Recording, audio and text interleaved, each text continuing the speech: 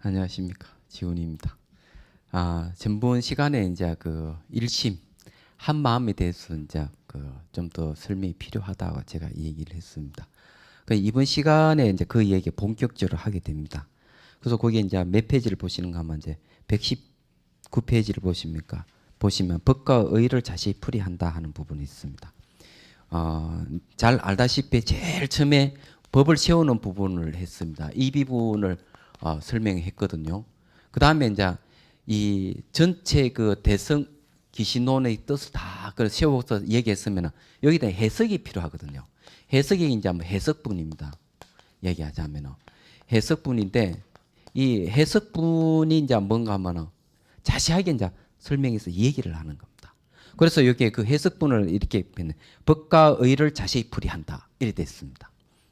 그런데 여기에 그 중점이 법과 의를 풀이하는 그 중점 내용이 뭔가 일심입니다. 한 마음에 대한 얘기입니다.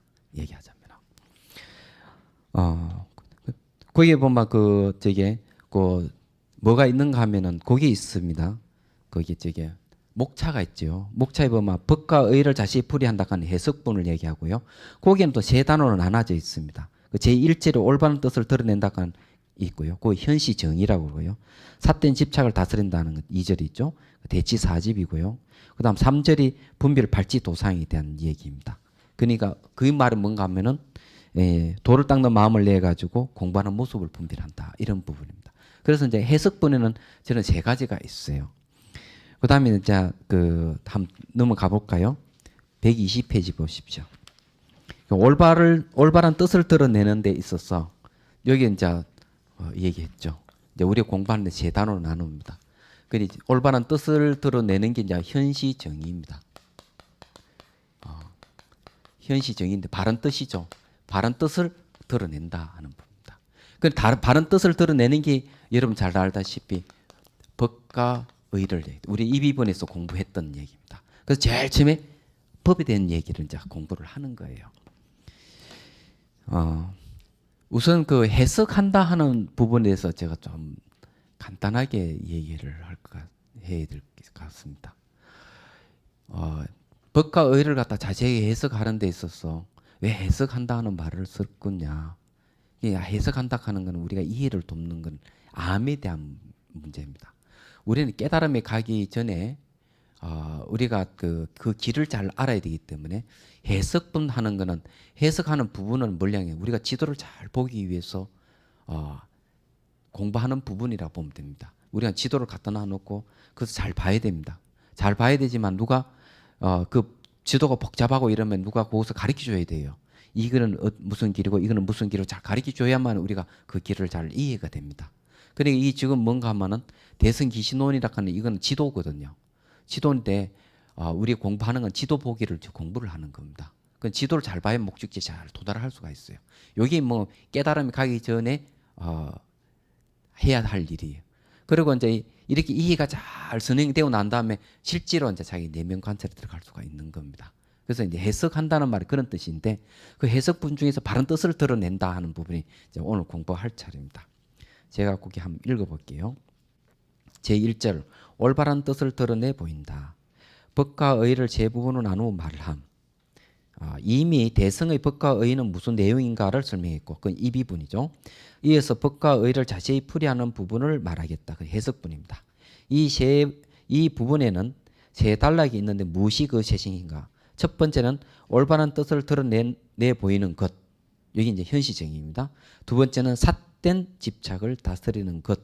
세 번째는 돌을 닦는 마음을 내어 분별하는 모습을 공부하는 모습을 분별하는 것이다. 그 여기 이제 그 두 번째는 뭔가 하면 대치사집이라 그럽니다. 이 한문으로 쓰면 그 대치사집이라는 말은 무슨 말인가 하면요. 대치사집이라 하는 대치한다가 대하여 치료한다. 삿된 고집을 대하여 치료한다는 이 발치도상이라 하는 발치는 나아간다는 거죠. 나아가는 길의 모습을 분별한다 이런 뜻입니다. 그 요 세 가지가 있다 이런 논이 있어요. 그다음 구절을 이제 어디로 가는가 하면요. 그다음에 법과 의를 뜻을 풀이하는 데 부분에 있었어요. 122페이지 보시죠. 법의를 풀이한다 넘어갑니다.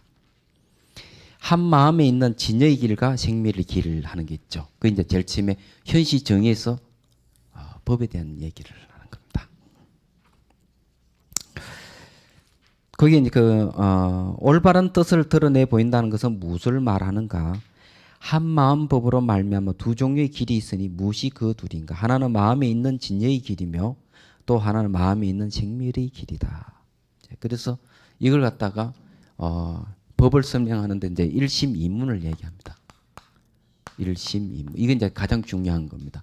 이게 이제 진여문을 얘기하고요.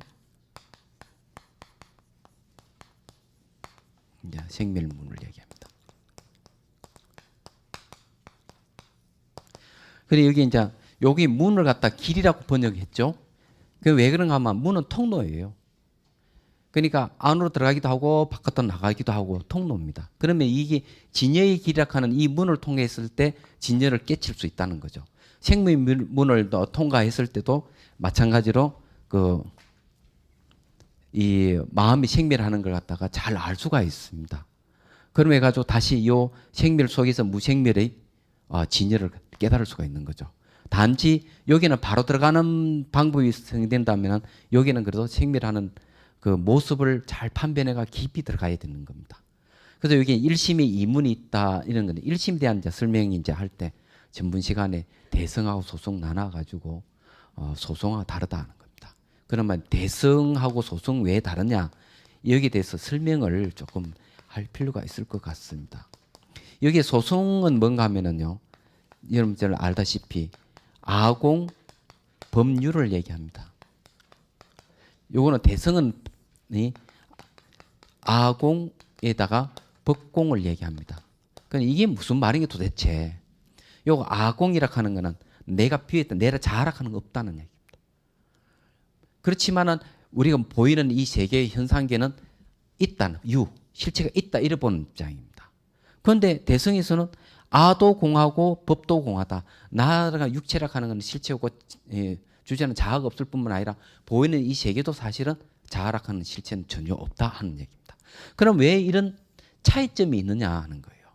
여기에 다른 점이 뭔가 하면 이 소성은 근거하는 마음이 의식을 얘기할 수가 있고요. 여기 대성은 의식을 근거하는 게 아니라 자성청정심을 근거를 합니다. 이게 다른 겁니다. 예. 이게 이제 자성청정심이라는 말을 이제 쓰니까 여러분들이 그럼 자성청정심 어디 있느냐 하면은 의식 밑에 잠재되어 있는 마음이 있어요. 그 자의식 만ля식입니다. 그러니까 의식 밑 뒤에 뭐가 있는가 하면 자아의식이 있어요. 그냥 자아의식이 있고요. 자아의식 그 근원이 뭔가 하면은 무의식이 있습니다. 그냥 무의식이 있습니다. 이 무의식이 뭔가 하면은 아리아식입니다.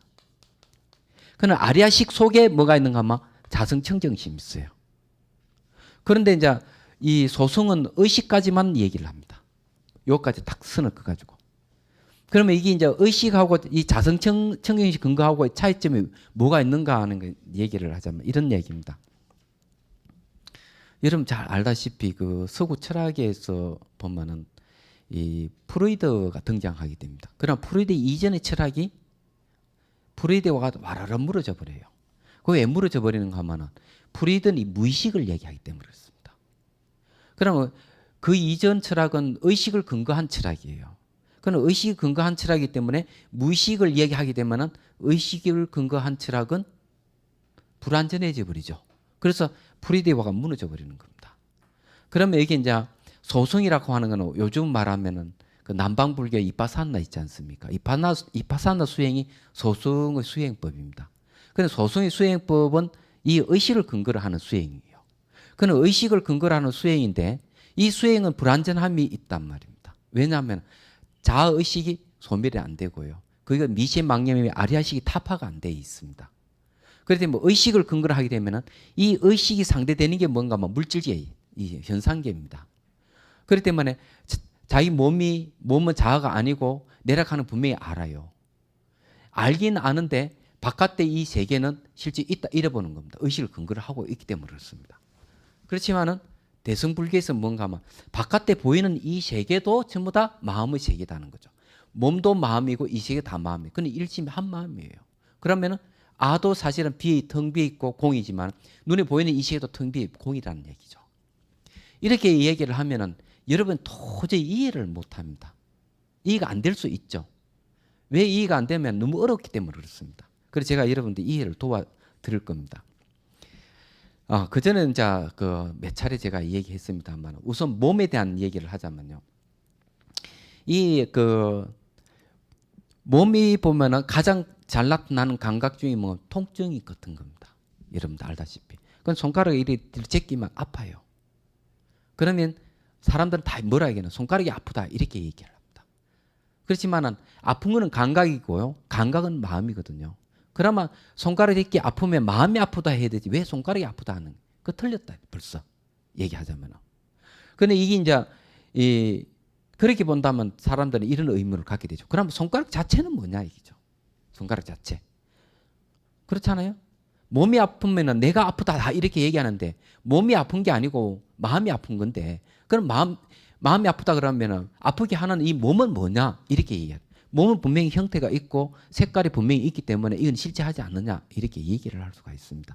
그렇지만은 우리가 아픔을 제공한 몸은 대성불교는 실제하지 않는다 이렇게 얘기합니다. 왜 실제하지 않느냐? 여러분 시각상으로 보면 실제하는데 왜 아니냐 이거죠. 이거는 무상하게 변한다는 거죠. 이게 몸이라 하는 끊임없이 변하는. 그래 여러분 나이가 먹었다면서 육체가 늙어가는 거죠. 얘기하자면. 그리고 그 안에 주제하는 자아도 없고 실체가 없는 거죠. 그럼 이걸 알 수 있는 과학적으로 증명할 수가 있습니다. 전자현미경 그 전에 얘기했지만 전자현미경 가져가 봅니다. 근데 전자현미경을 보면은 이것이 변한다 하는 거 알아요. 우리는 그냥 시각상으로 눈으로 보면은 이 크기가 한 100분의 1 크기 정도밖에 못 봅니다. 사물을 갖다가. 근데 이제 우리 눈을 갖다가 전자현미경으로 가정해 봅시다. 우리나라에 한 6m짜리 전자현미경이 만들어졌다는데 그 눈이 자기 전자현미경이라 그러면은 1000만분의 1도 보고 거의 더 깊이 있게 몇 천만분의 1도 볼 수 있습니다. 그러면은 뭐가 보이는가? 아마 미립자의 세계가 나타납니다. 원자 해결열이 중심으로 해가지고 이렇게 원자와 분자가 돕니다. 이렇게 돌면은 이 원자 핵하고 원자의 사이라든지 원자 핵하고 분자의 사이는 비어 있습니다. 텅. 마치 태양과 지구 사이가 텅 비어 있는 겁니다. 그러면 전자현미경으로 본다면은 요걸 좀 컵이지만은 전자현미경을 딱 보면 이게 구멍이 숭숭숭숭 뚫려 있는 거예요. 얘기하자면. 그러면 우리 눈이 전자현미경이라 그런다면 자기 몸을 보면 몸이 구멍이 뚫려 있다고 봐야죠. 그런데 우리 마음 자체가 전자현미경보다 더 세밀합니다. 그래서 더 세밀하기 때문에 그는 어떤 것도 미세 입자도 분해해서 들어갈 수 있는 거예요. 분해에 들어가면 텅 비어 아무것도 없는 거예요. 말하자면. 그럼 육체를 자기 전자현미경 눈으로 보면 텅 비어 없는데 바깥 사물도 전자현미경 눈으로 보면 다 비어 있는 겁니다. 그런데 우리는 전자현미경 눈이 아니고 100분의 1 크기밖에 볼 수 없는 이게 눈을 갖고 사물을 보니까 마치 있는 것 같이 이래 보이는 겁니다. 그렇다면 여러분 남는 게 뭐 있습니까? 하나밖에 없잖아요. 마음밖에 없잖아요.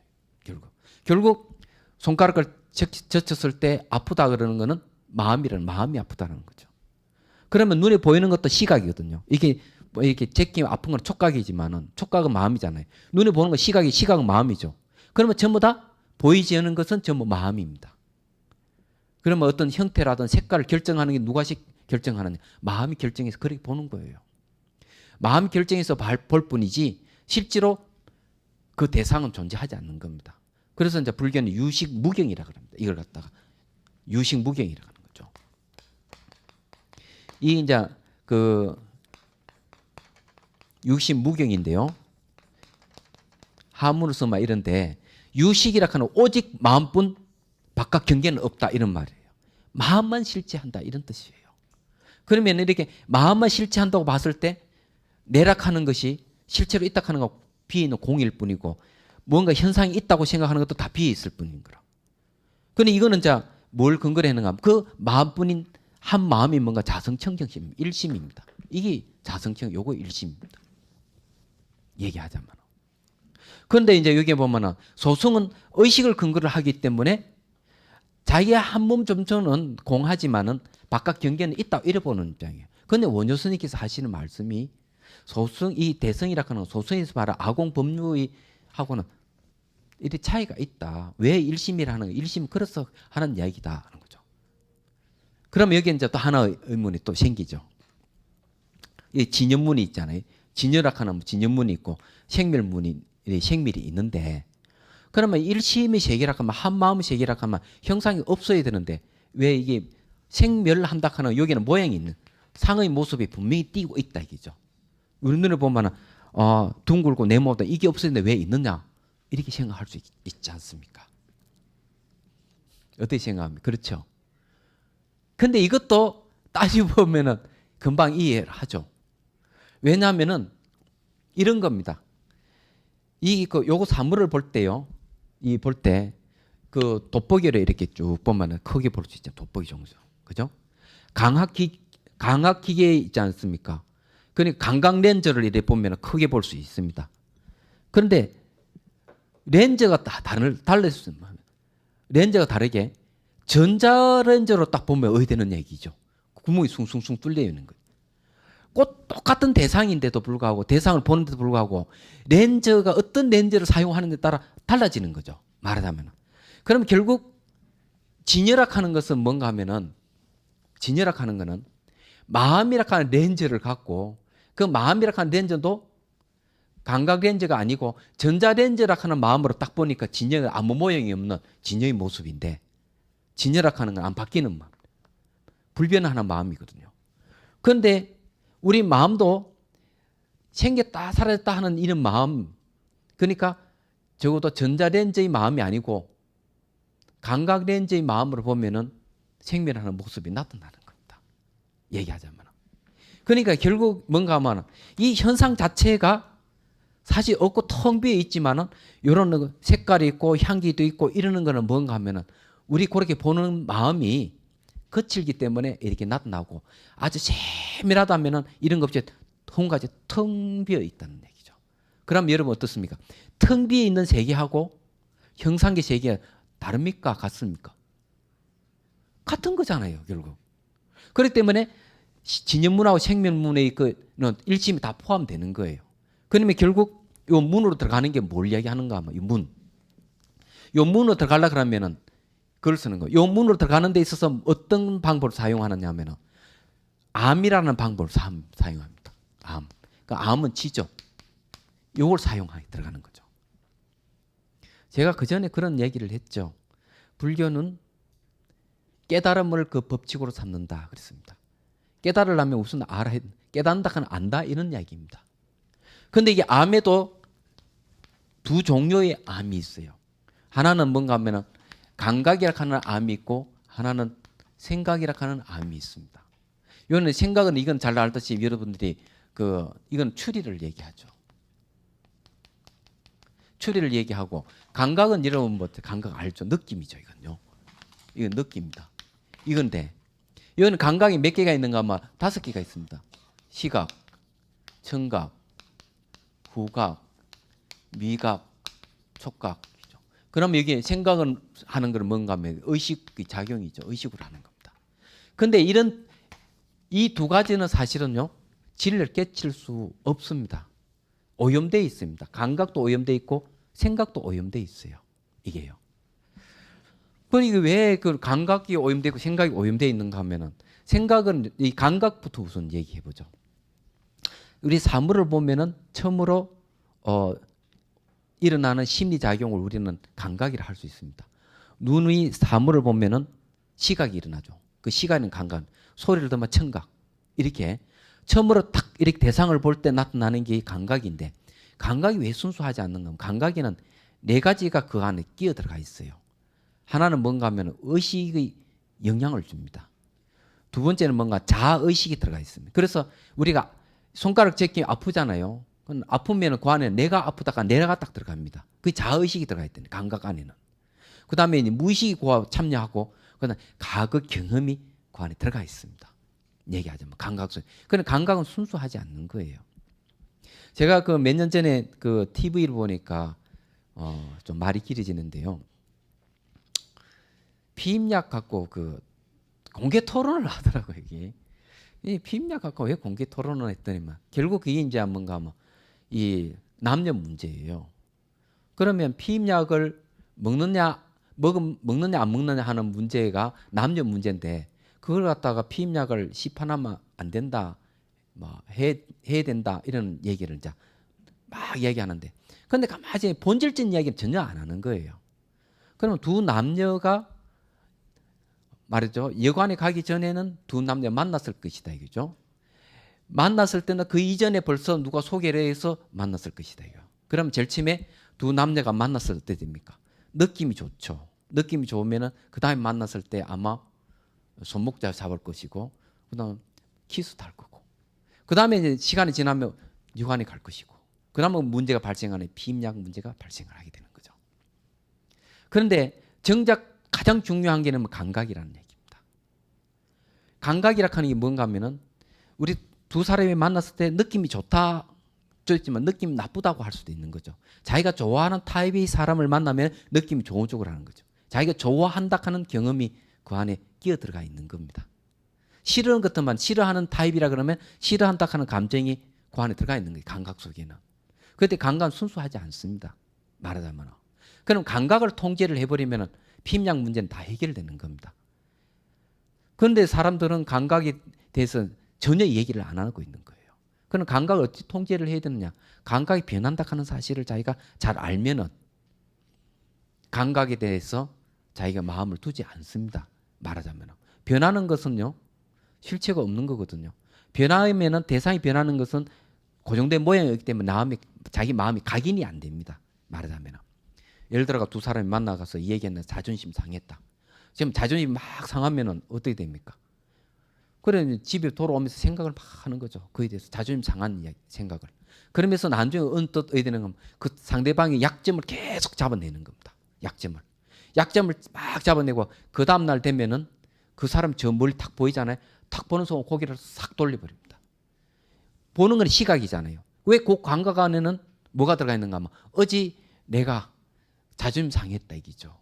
그러면 자존심 상했다 하는 경험이 그 감각 안에 끼어 들어가 있는 겁니다. 그래서 그 다음날 딱 보면 고개를 돌리는 겁니다. 그러면 평생 원수가 되어버리는 거죠. 이게 어느 순간. 근데 이게 이제 뭔가 감각은 순수하지 않다는 얘기입니다. 그럼 생각도 순수하지 않는 거예요. 왜 생각이 순수하지 않느냐? 생각이라 하는 거는 반드시 내가 들어가 있습니다. 생각 안에는요. 그럼 너가 딱 있습니다. 너 나가 딱 분리 딱 돼버립니다. 얘기하자면. 그렇기 때문에 이 생각이라 하는 것이 너 나가 딱 분리돼 버렸던 진리를 보지 못해. 이분부터 사고하면서 그건 질곡이 생겨버립니다. 그 안에. 다툼이 생깁니다. 좋고 나쁨이 생기고요. 옳고 그름이 생기고 크고 작음이 생겨버립니다. 그런데 이놈 생각이 늘 지속하나마 지속하지를 않습니다. 그렇기 때문에 저 생각은 안 좋은 거죠. 또 하나는 생각의 특성은 뭔가 하면 과거 지향적이고 미래 지향적입니다. 눈앞에 있는 대상을 우리가 인식하는 게 아니고 눈앞에 없는 것을 생각하는 것이. 생각은 머릿속에 일어나기 때문에 비현실적인 겁니다. 그걸로 진리를 파악하는데 부적격하다는 얘기죠. 말하자면. 예를 들어 눈앞에 사과가 있죠. 사과라 하는 눈에 없어도 우리 사과에 대한 얘기를 할 수 있습니다. 그러면 사과에 대한 생각을 할 수 있죠. 눈앞에 없는 대상을 생각하는. 그러면 우리는 실제 눈앞에 사과가 있다면 사과라 하는 말을 할 필요도 없고 사과라 하는 생각할 필요 없이 바로 알 수 있죠. 그러면 생각이라 하는 것은 2차적인 겁니다. 간접 인식이라는 거죠. 그래서 이게 인식하는 데 있어서 감각도 부적격하고 생각도 부적격하는 거죠. 그러면은 다른 암이 필요한 겁니다. 그걸 불교에서 뭐는 정념이라는 말을 씁니다. 정념을 갖다가 다른 말을 알아차립니다. 처음에는 보는 거죠. 보고 두 번째는 알아차리는데 이 알아차리는 마음에는 그게 없습니다. 알아차리면 감각도 아니고 알아차리면 생각도 아니에요. 그러니까 직접 보고 알아차리기 때문에 거기는 생각이 개입되어 있지 않기 때문에 내락하는 생각이 들어가 있지를 않습니다. 그리고 또 저 알아차림이 뭔가 아마 변하는 대상을 알아차리기 때문에 대상의 모양이기 때문에 내가 싹 딸려가지 않습니다. 상대가 아무리 애써도 내 마음에 동요가 없어요. 알아차림이기 때문에. 근데 알아차리는 방법으로 사용할 때 그 들어가는 문이 하나의 문이 생기는 거죠. 그게 뭔가 알아차리며 들어가는 문입니다. 이게 하나는 진연문이고 하나는 생밀문으로 들어가는 겁니다. 그럼 이 알아차림에 대해서 이제 시간도 그렇고 하네 다음 시간에 또 자세히 또 설명을 해드리겠습니다. 자, 안녕히 계십시오.